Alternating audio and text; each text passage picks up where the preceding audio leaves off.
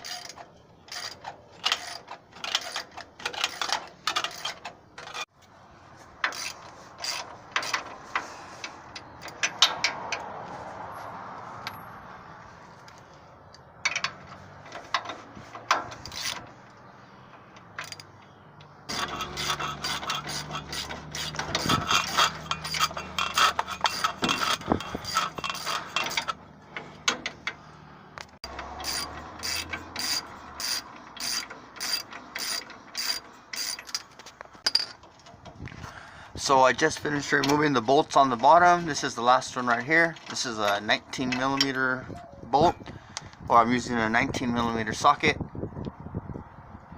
don't know if it'll focus on that. But yeah, I'm using a 19mm. There you go. So they're loose now. Let's see if they come off.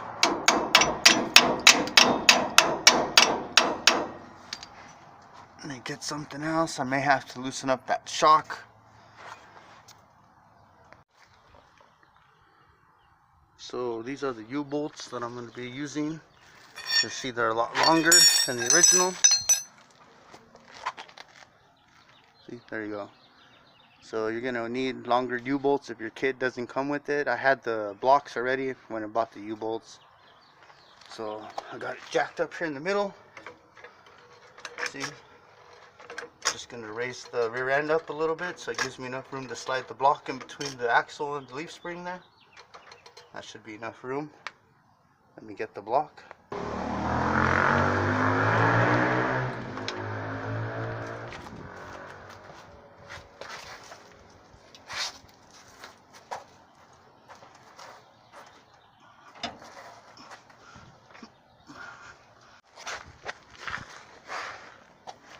Alright, so there's a better shot of the block.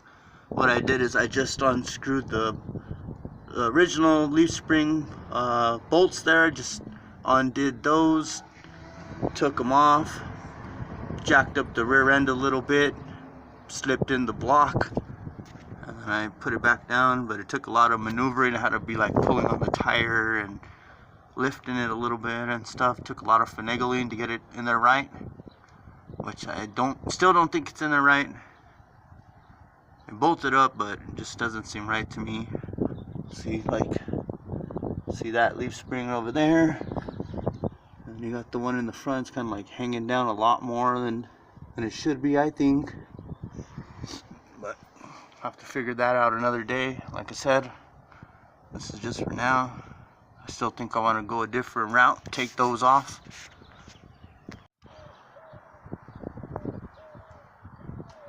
Alright, so here's the truck after I put the 4-inch lowering blocks. I've cranked the torsion bars down a little bit. That's another video coming out soon. But yeah, guys, check it out. This one just wasn't lining up right for some reason. It was giving me a hard time. It's been really hard getting it to line up. But check it out. It dropped a lot. I still think I want to go a different route though.